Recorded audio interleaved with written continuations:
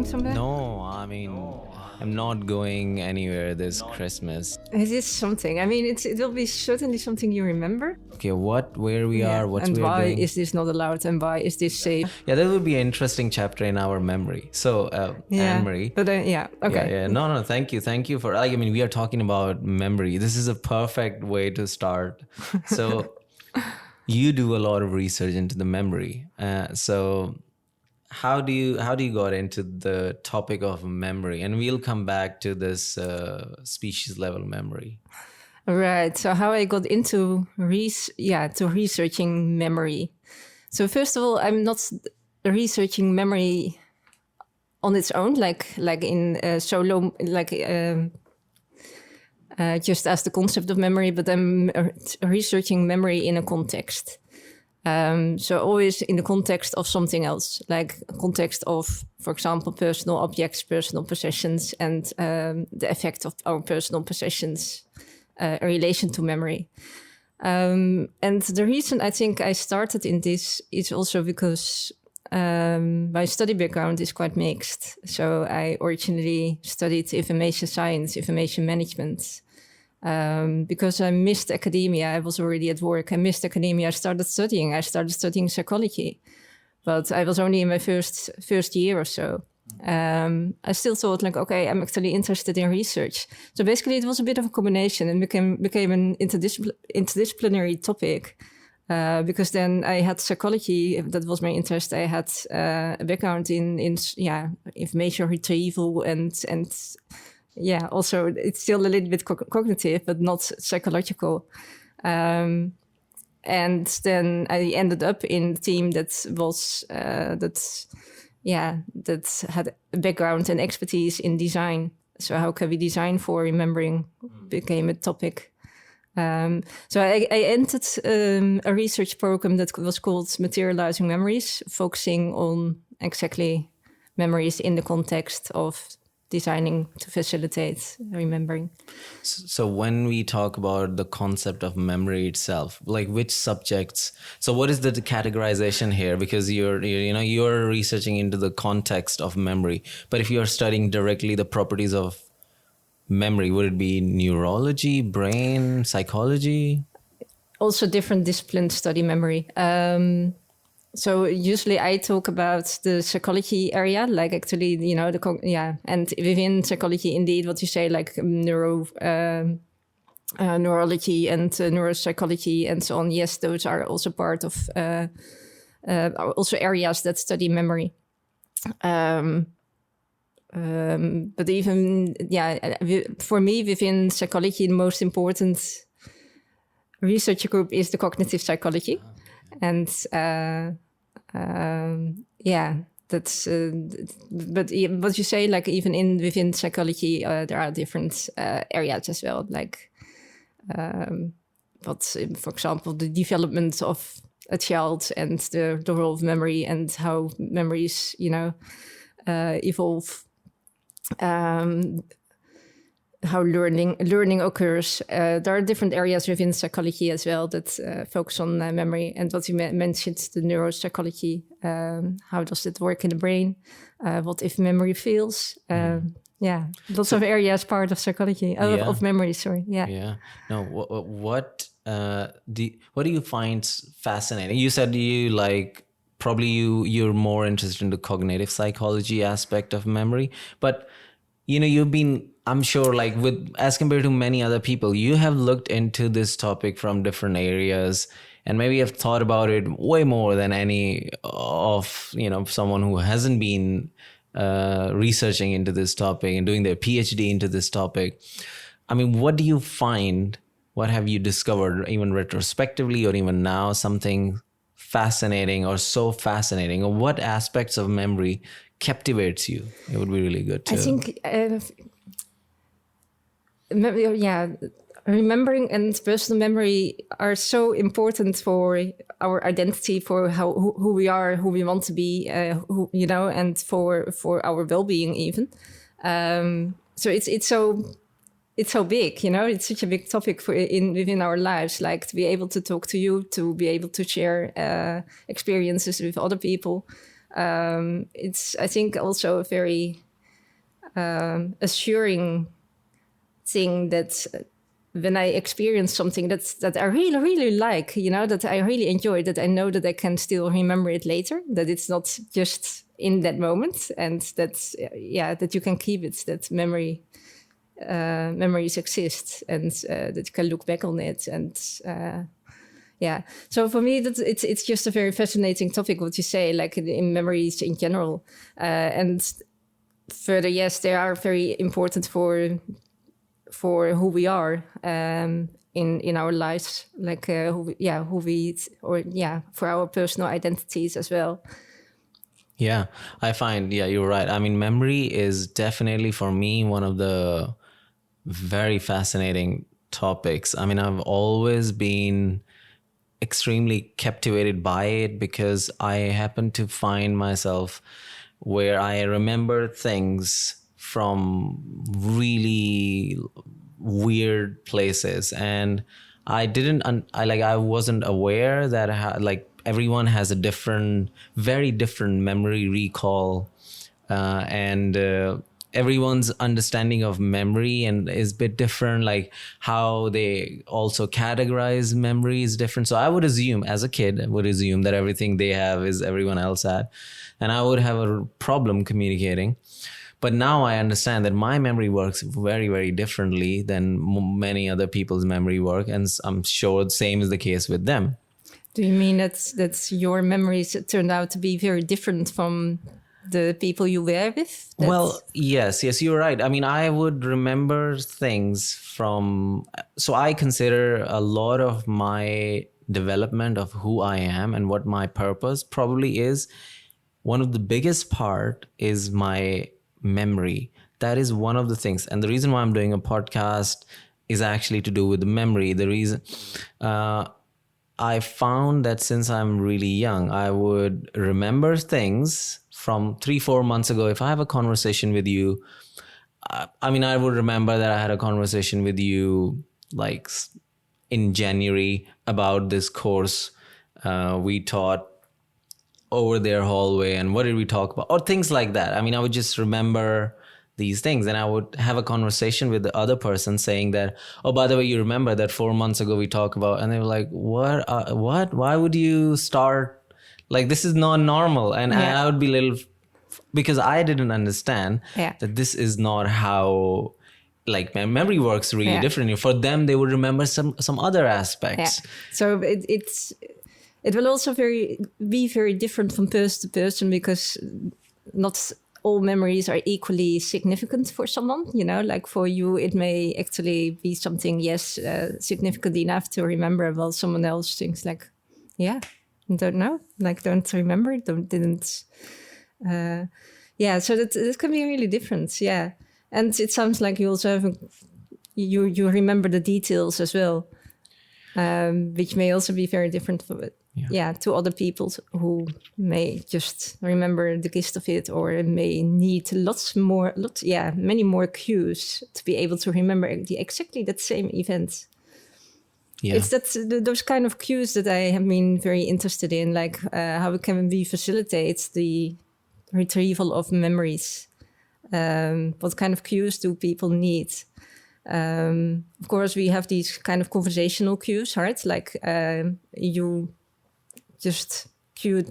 gave me a few pointers to a conversation we had in the hallway.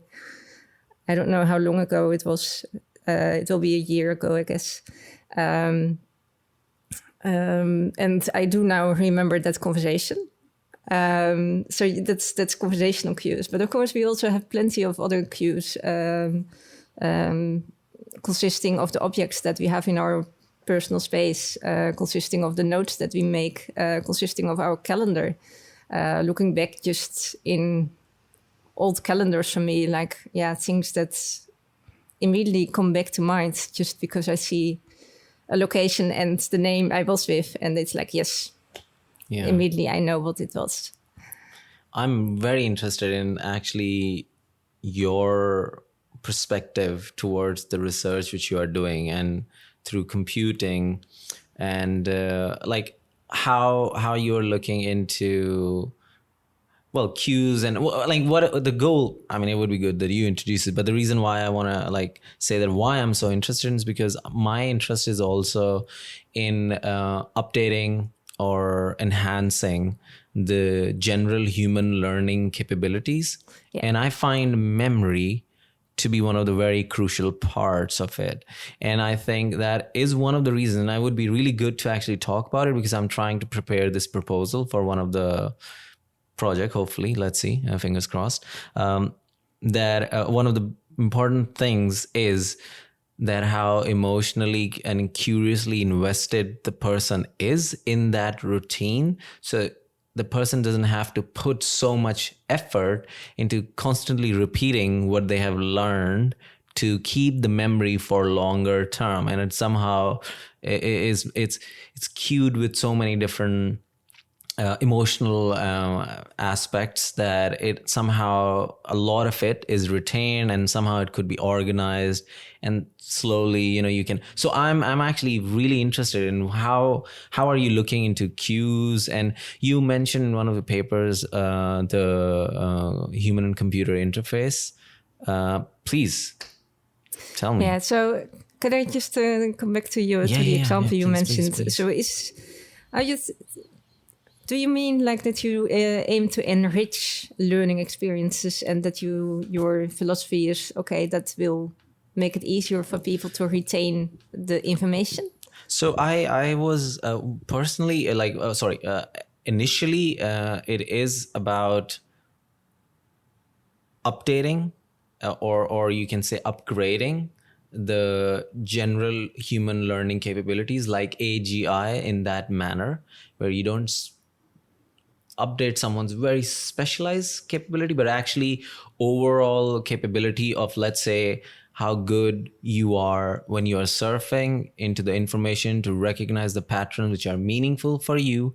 So update means that I want, like, it would be good to have courses which are based on multidisciplinary aspect, which actually allows cross-pollination, allow you to, I mean, there are so many specialized courses. This is not what the purpose. It's a complementary course, which would allow people to also upgrade their understanding and the pedagogy of learning in the cyberspace, because that is a very new, you can say, a whole dynamic, which is not something just we just like inside our biological environment, and we just use it to have a feedback loop. But now it actually is mimicking the complexity of our biological world. So that is a cyberspace realm. So it sounds like the aim is also to make learning more efficient for this group of people. True. And in that sense, maybe also enhance their, maybe first enhance their understanding of what learning is and the concepts and how knowledge 100%. Actually works, and then 100%, develop a language, try to acknowledge that what changes there are in our world, and then we plunge into various different experiences from multidisciplinarity. So, I certainly believe in multidisciplinarity, and that this will enhance your understanding at lots of different in lots of different areas. So I agree with you on that. Like, if you actually could make, could help people to understand the same concept from different angles. Yes, it's like it will aid their understanding of their own topic. Just by circling a little bit around it and making sure that they also can see how. I think for me with memory, that's or for my own research area of memory, that what also helped was talking to lots of people from different areas, and yes, in HCI we of course always look at. So we look at psychological topics such as memory, but in relation to technology, right? So there's always this relational bit between the context, some technology, and the memory, and how can we enhance the technology, or how can the technology enhance our people's lives? So that's the HCI area. But of course, I also used a lot from the psychology area. and sometimes also from cultural studies, for example. But in cultural studies, the understanding is so much broader. Like, of course, cultural. It helped me to understand what I was doing and where I was and how I differed from psychology and how I differed from cultural studies and why that was the case, why that also was useful in my case to think differently about memory. So I remember also at some point going to a meeting. I think I can't really remember the purpose of the meeting, but I was talking to some people, and the person asked me, like, do you think memory is in the brain? And considering my topic, like, looking at personal memories in relation to objects, I said, like, yes, it can be cued by things outside the brain, but it is in the brain. And he sort of punched his neighbor and was like, she thinks that memory is in the brain. Like a little bit of a laugh. And it was useful for me to also look at that kind of perspectives that was like, oh, wait a moment. So what are they doing then? Like if memory is not in the brain, like where is it and where is it located? It helped to understand what I was doing and how it's, Wow. So what was their perspective? Much stronger in the communication between people and social learning and so on. Yes, exactly. I was exactly the same. Like, oh yes, of course. We also have that area. But especially at the start of my research, the focus had been so much on what is actually memory, because it's such a complex area. And True. I had to read so much. And the majority was indeed in cognitive psychology. So this is a perfect segue to, I actually wanted to bring this up, and this is amazing that the different perspective of memory came up. I mean, so we have various different memories which are somehow genetically coded in some ways. So not like memory of an individual person, but a memory in a way that how certain protein will unfold. So these patterns. The biological part. Yeah, the biological part. So, I mean, how much we have access to it, it's extremely debatable. There's the field about dreams and how much we can actually access. That's way out there. So we have no idea what's going on over there at this point.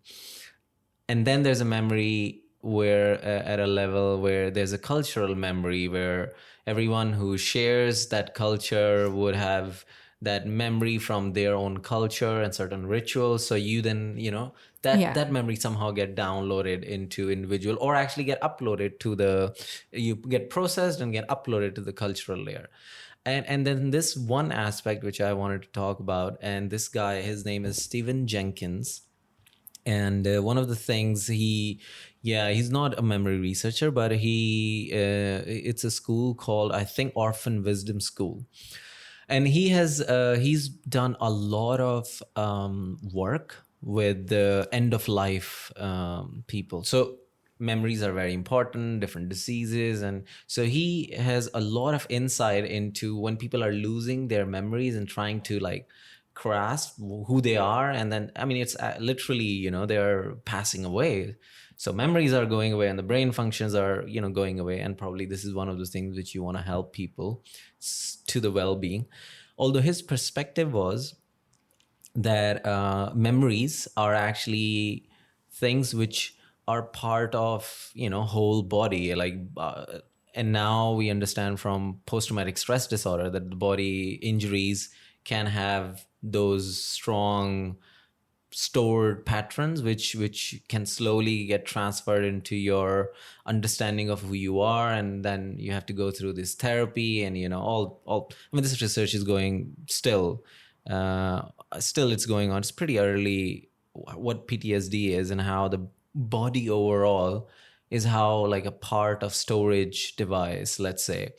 But his understanding is that what memories are, it's like those things we live which are difficult, like heartbreaks and the love and those emotional experiences truly which impact all of our body. And when I say body, I mean I'm just generically calling, because we get, as you said, too specialized at one space, and the brain actually extend to a lot of different areas than just the head. So actually, because you can, so he's also viewing the topic a little bit more, there are people that view memory and research memory in detail, what you say, like the neuron is activated or the neuron is not activated. The cells are activated, the brain, blah, blah, blah. And this is also very interesting what you say, like, okay, what's as a whole body, like the effects of the memory. Memory means emotions. Emotions may mean effects in the body.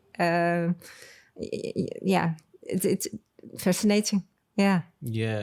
So he thinks that as we are dedicating our responsibilities of remembering and feeling these, what we call difficult emotions, that is one of the reasons why a lot of human diseases are to do with the memories.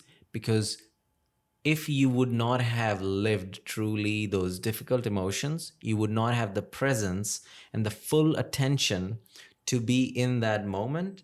And if you would dedicate everything to the phone or to the technology, and the only thing you would remember are those trivial things which arranges those information, then when you are older, slowly, I mean, there's no research behind it as such other than his own experience.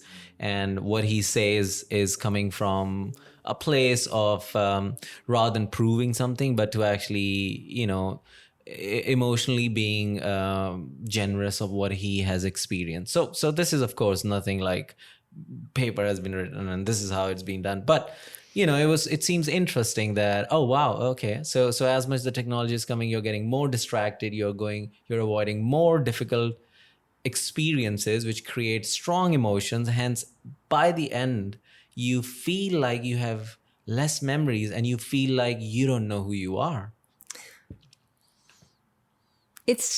I often see these kind of sentiments, like how technology is not helping people's memory, like it's like that you say, like it's distracting more and we are not in the moment, and thus we perceive less of what there is, but at the same time, of course, technology also helps us to remember and also helps us to capture the moments that were important to us. So I think, there are two ways to it, and perhaps right now, perhaps we need to learn a little bit more on how we use technology and also how we build technology. True. Like we understand a little bit better how it, like, of course, think of Facebook or other media that also earn money if you stay longer in that place, which maybe become a little bit addictive as well. I think if you understand a little bit more of how technology can help us and how it does not help us, like actually just having only your life on Facebook may not help you. Exactly. But of course, like having a bit of life on Facebook, will it really harm you? It's True. Also a form of True. Actually staying in touch with people and being able to share things and remember True. Things from the past. So I think we may need to learn a little bit better on how to build technology and how to use technology. And I don't think it will harm us as bad as some people seem to think. No, I agree. I mean, it is more to do with how powerful tools these are. There's no denying that how powerful they are. And you're right. If we design tools which have positive feedbacks, we probably are going to use it. I think we already do, like I also remember the time that we had mobile phones and that everyone was using them in the bus, in the train and so on. And we had all the noise and so on. Oh, that was so annoying at the time. But, like I don't experience that nowadays. Like everyone is quiet because they are looking on their mobile phone. And so technology changes, and I think you can develop technology that's actually facilitating our 100%. human processes, like our memory processes and our cognitive processes, I should say, better and than they used to be.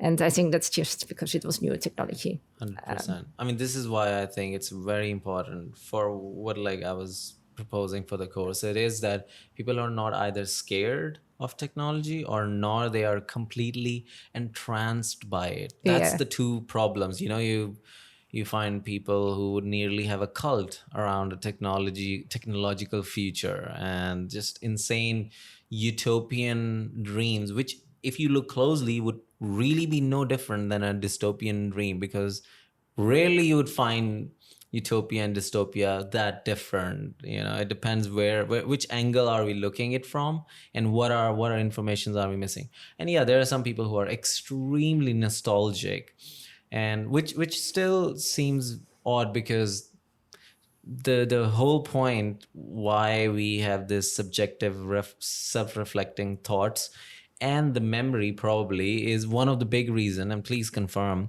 is how we use tool and how we keep track of it and how we have the sense of relatability with you, with me, with the environment. And that's what probably a lot of animals do in their own like understanding and how they are progressing with their memory. I mean, it's a very important thing, the tools itself, which has, I mean, made us human probably. Yeah. So I mean, there's no like something. So if you're so scared of technology, I'm sure, yeah, it doesn't make any sense. So what's can you give an example of what someone would think, or how someone responds when they feel nostalgic about technology? What do you mean Not with that? technology, actually. I mean, they are so scared that they they would would prefer- want people, where they would want to live in a place where there were no technology. Yeah, and okay. simple times. It's just a classic example. Yeah. So then they would prefer to avoid it at all, and think that is also a better world. And but I think that's again something that has to do with how technology has been built, and that we are not done yet. That technology is a little bit overwhelming for lots of people. Yes. And like if you improve technology, I think that they can benefit from it without feeling overwhelmed. I mean, assuming that is the reason, I think we just need to investigate what the reason is that they think it's better not to use it. True. I mean, it can still, but I think they can also maybe benefit from it, and they will. They will already now. They are not able to completely avoid it anyway, and No. Yeah, true. So tell us, what were like your experiments into the cues, and then how to really develop and help people through your through digital or physical cues. I mean, what did you found out, and what is the goal? You can, basically, I think in my case, I was always looking at the why, aiming to understand the process better. Because as we mentioned before, we know a little bit still not everything, but we know a little bit about what memory is from the psychological perspective. We know what we do in practice, that we collect souvenirs, that we collect material, that we have things at home, that we have a huge amount of photos that we collect, and that we like to take photos for memory purposes, for remembering purposes. So basically my aim was mainly like, let's aim to understand this better, like what do these memory cues really, and how does that, what kind of responses do these memory cues evoke? And so I looked into that, and I just investigated the research area basically. What I find very interesting, I mean, there are okay, first of all, what I found very interesting is, the different responses that we have and different relationships we have with objects. Some objects really evoke very detailed responses, basically episodic memories, as we call them, like the memories of events that come in color and detail, and that we remember exactly what it was about. But we also have lots of personal possessions that give us not such a deep, it's not really a memory cue, but give us the warm feelings. So they may actually be connected with a memory, but it's not like, as soon as I see it, I remember. It's more like, yes, I have a warm feeling when I actually see it, or it reminds me of a family member, or it was owned by a family member.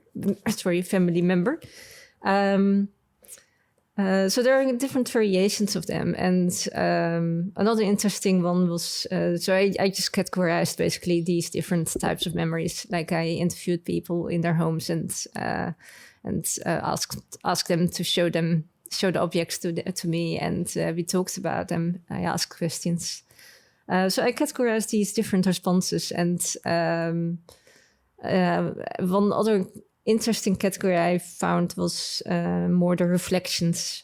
So maybe it's not really the memory that's so important anymore, but it's basically what we learned from that memory, or that insight that we got. Maybe actually it was an insight, or and it can be sort of symbolic, right? Like it's that object is actually for the time that something changed, or the time, or it's just a reflection of actually how I view on life, like how I actually see life.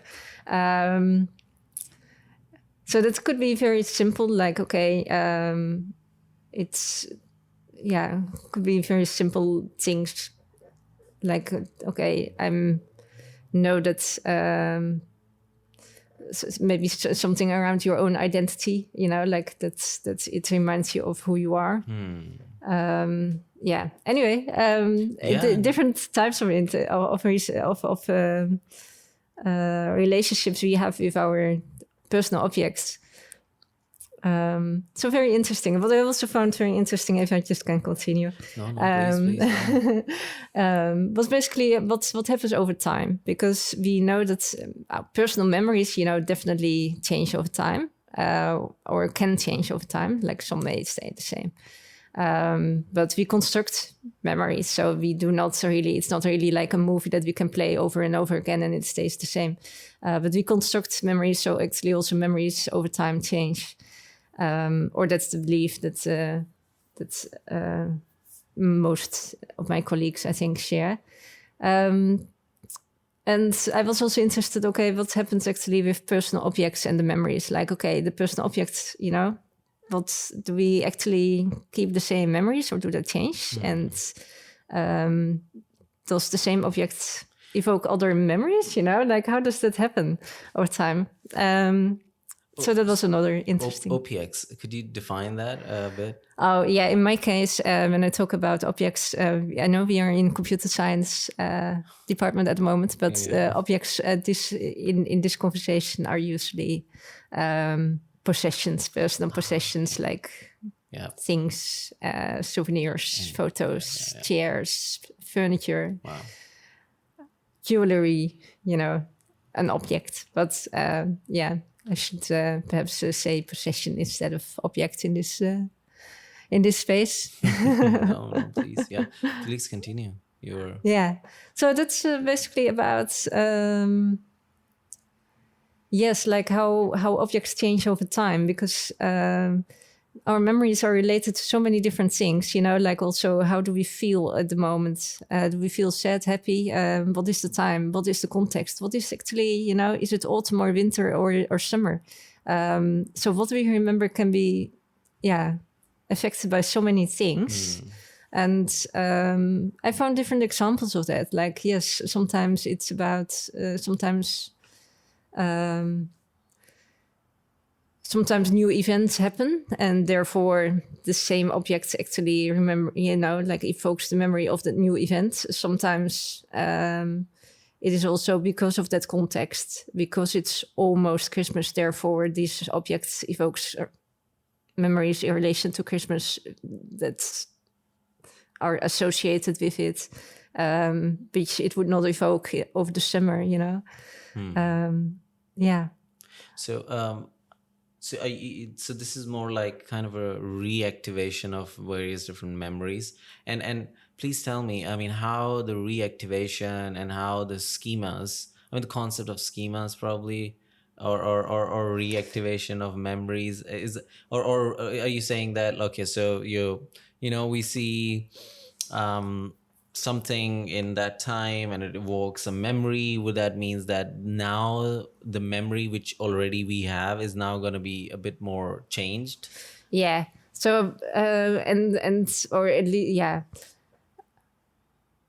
So when we experience something, like, or at least that's how the theory goes at the moment, like and how I follow what I followed.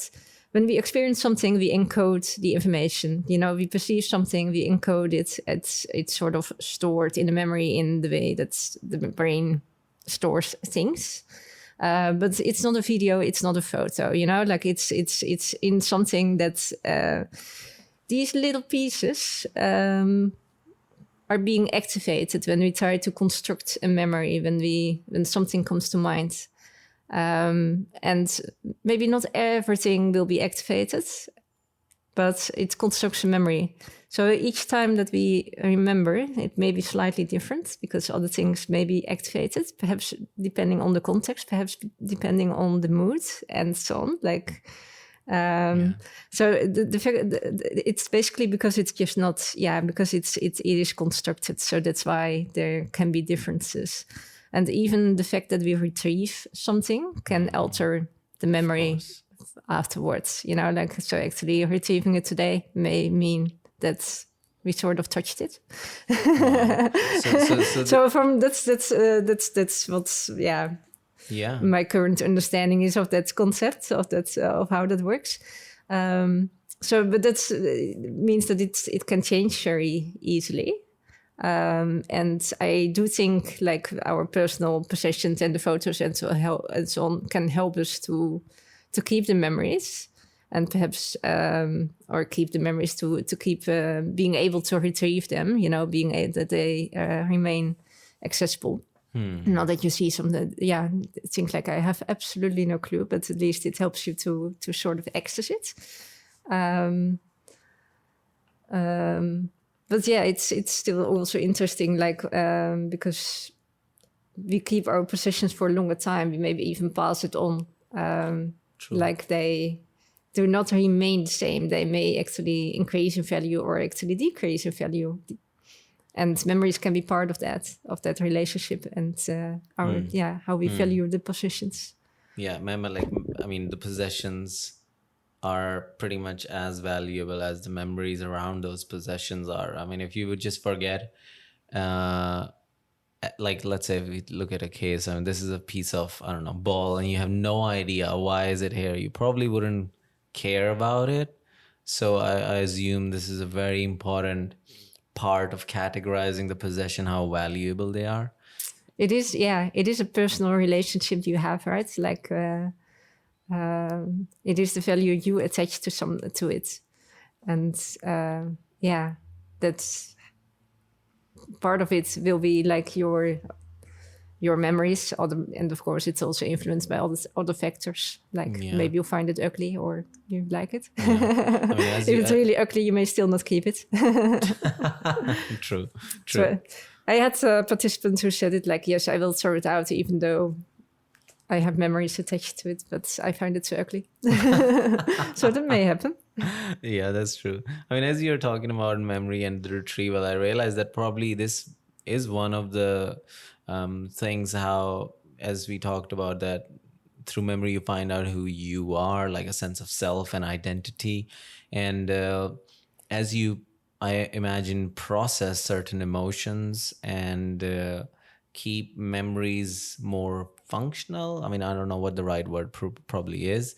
It allows you also to evolve your sense of self.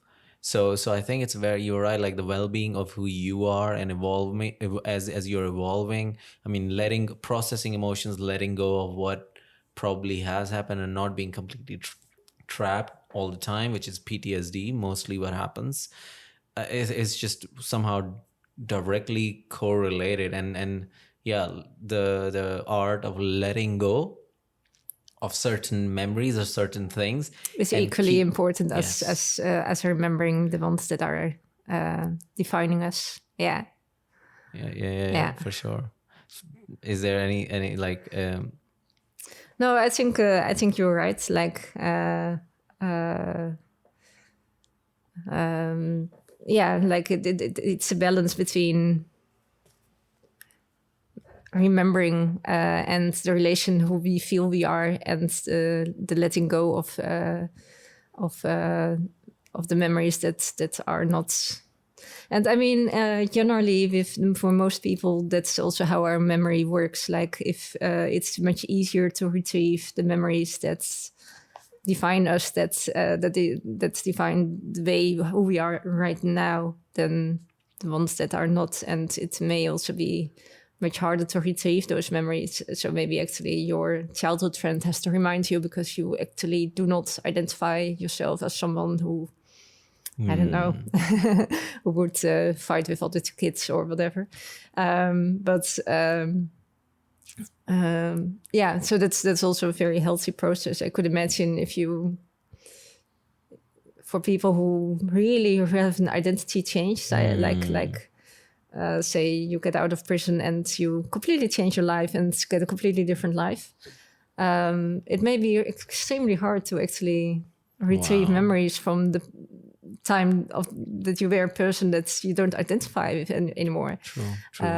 So is it like, as much as I'm now, like, talking to you, listening about memory or understanding some neuroscience, where they're doing fMRI research into people who are monks, or meditation studies, trying to see how the brain, you can rearrange brain over the course of decade or a few years in meditation.